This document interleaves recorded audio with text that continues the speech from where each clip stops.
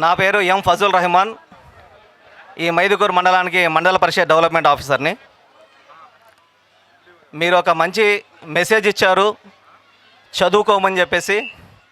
దయచేసి తెలంగాణలో, ఆంధ్రాలో ముస్లిం కమ్యూనిటీకి ఫ్రీ ఎడ్యుకేషన్ కానీ, లేదంటే ఏదన్నా సహాయపడే ధార్మిక సంస్థలు కానీ చెప్తే వాళ్ళకు కాంపిటేటివ్ ఎగ్జామ్స్ కానీ, హైయర్ ఎడ్యుకేషన్ సంబంధించిన ఇన్స్టిట్యూట్స్ ఏదైనా ఉంటే చెప్పగలరని కోరుతున్నాను. సోదరుడు ఏదైతే అడుగుతున్నారో, ముఖ్యంగా మీరు ఎడ్యుకేషన్ గురించి చాలా అద్భుతంగా చెప్పారండి. కానీ కొంతమంది మన హోమ్లో ఎవరైతే ఉన్నత చదువులు చదువుకోవడానికి, ఫీజు కట్టడానికి, అడ్మిషన్ కట్టడానికి ఎవరి వద్దనైతే డబ్బులు లేవో, వారికి ఏవైనా సంస్థలు ఉంటాయి కదా సపోర్ట్ చేయడానికి ఆర్థికంగా, స్కాలర్షిప్ అయినా, అదేవిధంగా వారు స్కూల్స్లో, కాలేజెస్లో ఉన్నత చదువులు చదువుకోవడానికి వారికి ఏదైనా ఆర్థిక సహాయం చేసేటువంటి సంస్థలు ఉన్నాయా అని ఉంటే మీరు చెప్పండి అని సోదరుడు అడుగుతున్నారు.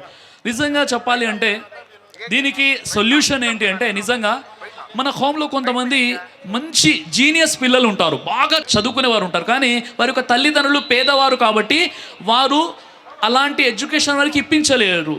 అలాంటి పిల్లల్ని గుర్తించి వారిపై గనక మనం మంచిగా వారిని ఫోకస్ చేసి ఉన్నత చదువులు చదువుకోవడానికి ఆర్థికంగా సహాయం చేసినట్లయితే ఇన్షాల్లా చాలా అద్భుతమైనటువంటి రిజల్ట్స్ వస్తాయి. వారు ఉన్నతమైనటువంటి పదవుల్లో వారు ఉంటారు.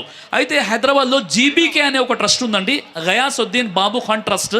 మీరు సెర్చ్ చేయండి జీబీకే. అలాగే సహాయత అనేటటువంటి ఒక ట్రస్ట్ కూడా ఉంది హైదరాబాదులో.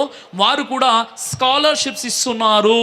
ఇక ఆంధ్రాలో అయితే అలాంటి ఆర్గనైజేషన్స్, ఆ లెవెల్లో ఉన్నటువంటి ఆర్గనైజేషన్ నేను చూడలేదు. కానీ ఇండివిజువల్గా, వ్యక్తిగతంగా కొంతమంది సహాయం చేస్తున్నారు.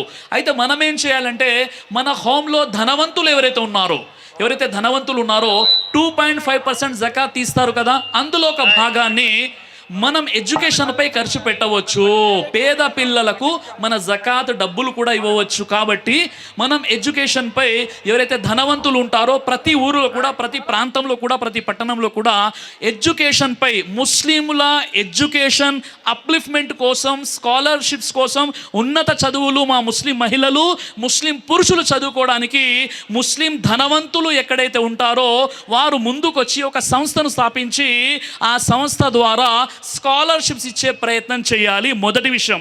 రెండో విషయం, మసీదులో కూడా బైతుల్ మాల్ని ఏర్పాటు చేసి ప్రతి కాలనీలో మంచిగా చదువుకునేటటువంటి విద్యార్థులు, సోదరులు, సోదరిమణులు, గర్ల్స్ అండ్ బాయ్స్ ఎవరున్నారో గుర్తించాలి.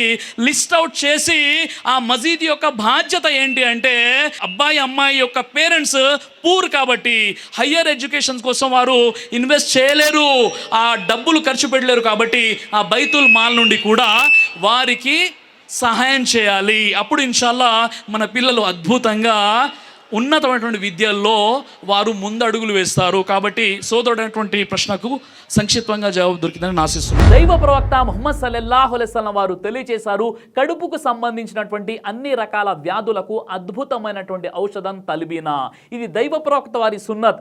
మంచి ఆహారం, ఇమ్యూనిటీ బూస్టర్, ఇందులో షిఫా ఉంది. ఇది మంచి ఔషధంగా కూడా పనిచేస్తుంది. కాబట్టి పిల్లలు అయినా, పెద్దలు అయినా, ఎవరైనా దీనిని ఉపయోగించవచ్చు.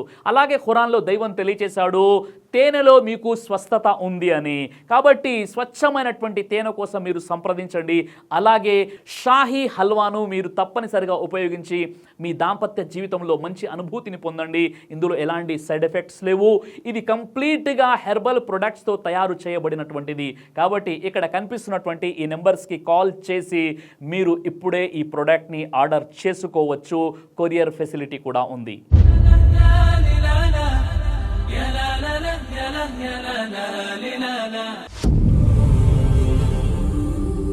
బ్రదర్ సిరాజ్ అని యూట్యూబ్ ఛానల్ని మీరు సబ్స్క్రైబ్ చేసినట్లయితే ఇన్షాల్లా దైవచిత్తం అయితే మీకు వీడియోస్ వస్తుంటాయి. అదేవిధంగా బ్రదర్ సిరాజ్ అనేటటువంటి ఫేస్బుక్ని కూడా లైక్ చేయడం వల్ల మీకు వీడియోస్ వస్తుంటాయి.